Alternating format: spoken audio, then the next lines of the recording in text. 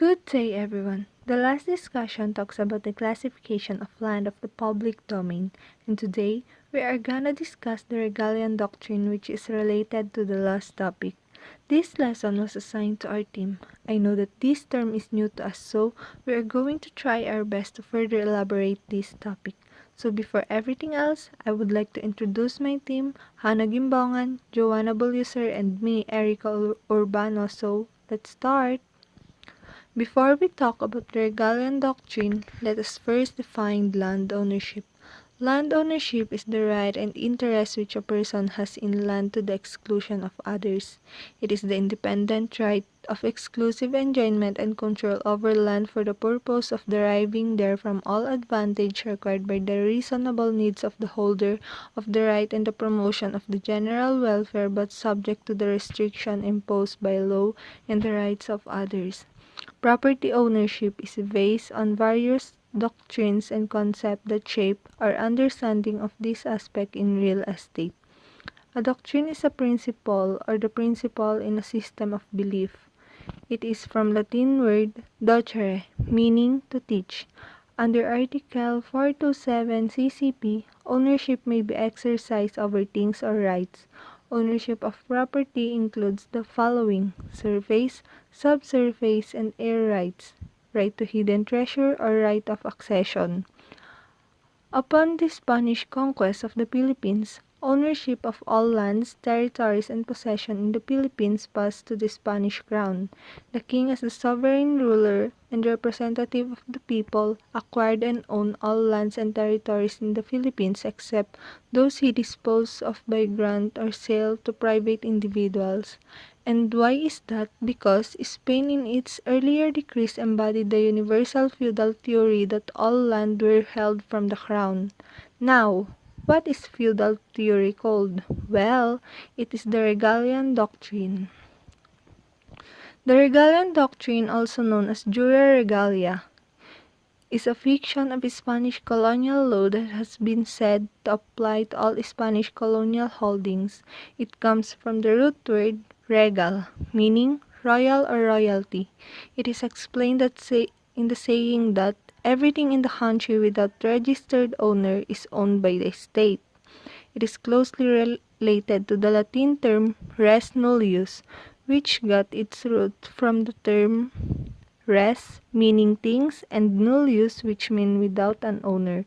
Res nullius therefore means things without an owner. Example, fish in the ocean, wild animals, plants in the wild forest, and etc. Since everything must have an owner, if there are no private claimants or owners, then that particular property is presumed to be owned by the state. Likewise, when a person dies without any heir, the state succeed to the estate of deceased. It also refers to the feudal principle that private title to land must emanate directly or indirectly from the Spanish crown, with the latter retaining the underlying title. Lands and resources not granted by the crown remain part of the public domain over which none but the sovereign hold rights. Generally, under this concept, private title to land must be traced to some grant, express or implied, from the Spanish crown or its successor, the American colonial government, and thereafter the Philippine Republic.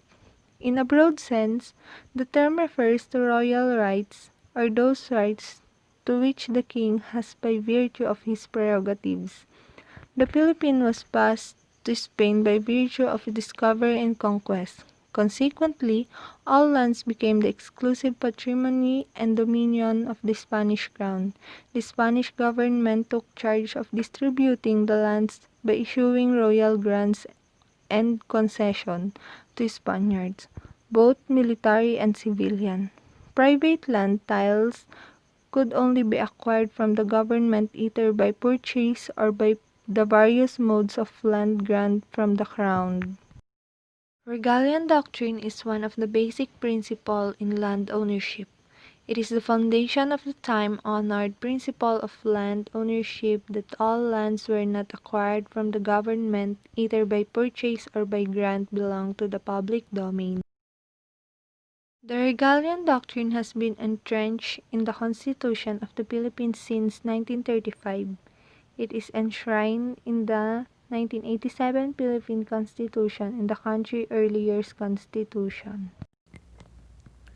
In the 1987 Constitution, Section 2 of Article 12, National Economy and Patrimony provides the following. Section 2. All lands of the public domain, waters, minerals, coal, petroleum, and other mineral oils, all sources of potential energy, fisheries, forests, or timber, wildlife, flora and fauna, and other natural resources are owned by the state.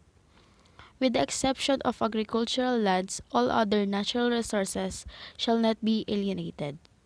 The exploration, development, and utilization of natural resources shall be under the full control and supervision of the state.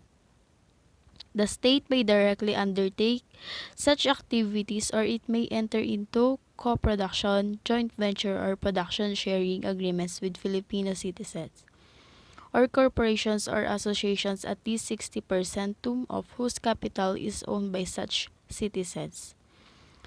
Such agreements may be for a period not exceeding 25 years, renewable for not more than 25 years, and under such terms and conditions as may be provided by the law. In cases of water rights for irrigation, water supply, fisheries, or industrial uses other than development of water power, beneficial use may be the measure and limit of the grant.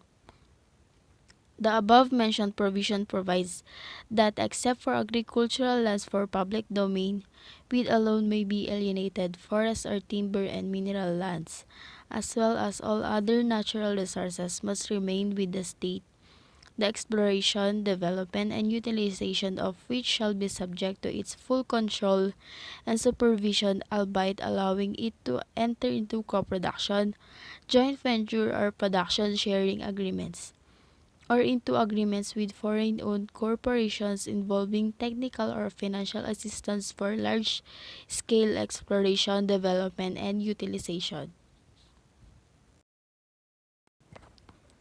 The said provision in the 1987 Philippine Constitution had its roots in the 1935 Philippine Constitution. Section 1 of the Article 13, Conservation and Utilization of Natural Resources of the 1935 Philippine Constitution provides the following. Section 1.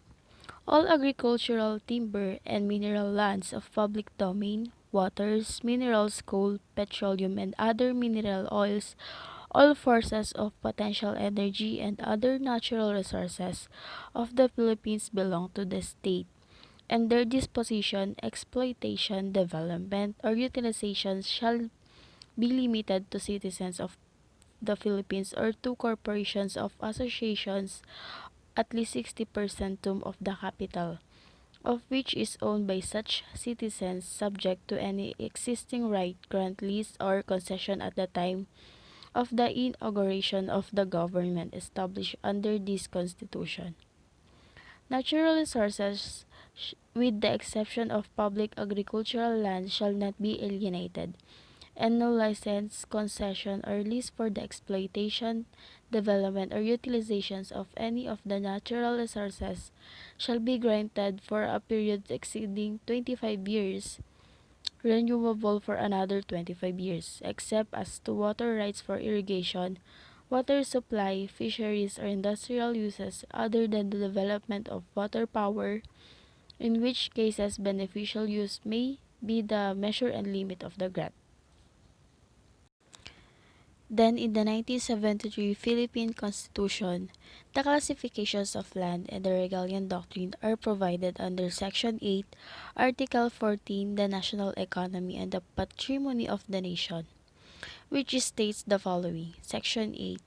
All lands of public domain, waters, minerals, coal, petroleum, and other mineral oils, all sources of potential energy, fisheries, wildlife, and other natural resources of the Philippines belong to the state, with the exception of agricultural, industrial, or commercial, residential, or resettlement lands of public domain.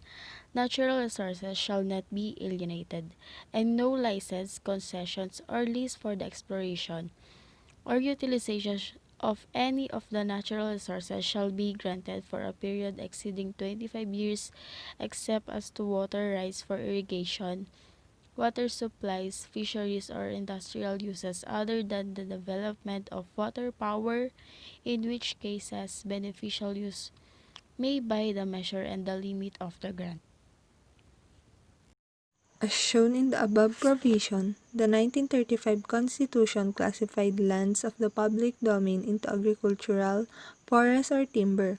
Meanwhile, the 1973 Constitution provided the following classification: agricultural, industrial or commercial, residential, resettlement, mineral, timber or forest and grazing land, and such other classes as may be provided by law, giving the government great leeway for classification.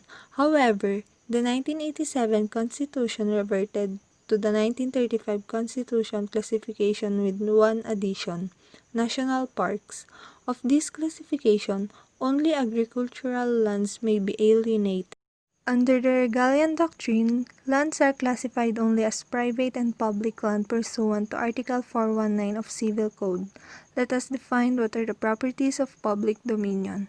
Public dominion are property owned by the state in its public or sovereign capacity and intended for public use and not for use of the state as a juridical person. So, there are three kinds of property of public dominion. First, is a property intended for public use. Second, property which is not for public use but intended for public services. And third, is the property intended for the development of national wealth.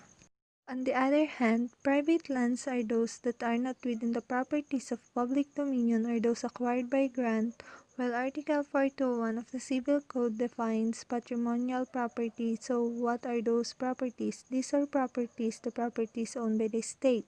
In its private or proprietary capacity, it is treated like a private property and are those owned by the state not devoted to public use, public service, and for the development of national wealth, and it may be acquired by private individuals or corporations through acquisitive prescription. Now, focusing on land public domain, these lands can be classified according to its alienability. In Article 12, Section 3 of the 1987 Philippine Constitution, categorized the land of public domain into four. These are the agricultural land, forests, timberland, mineral lands, and national parks. However, of the four classes of public land, only agricultural land may be alienated, while the forest or timber, mineral, and national parks are not alienable indisposable lands of the public domain. Vast and agricultural land is one that is devoted to agricultural or non-agricultural activity, and one which may be used for the residential, industrial, and commercial purposes.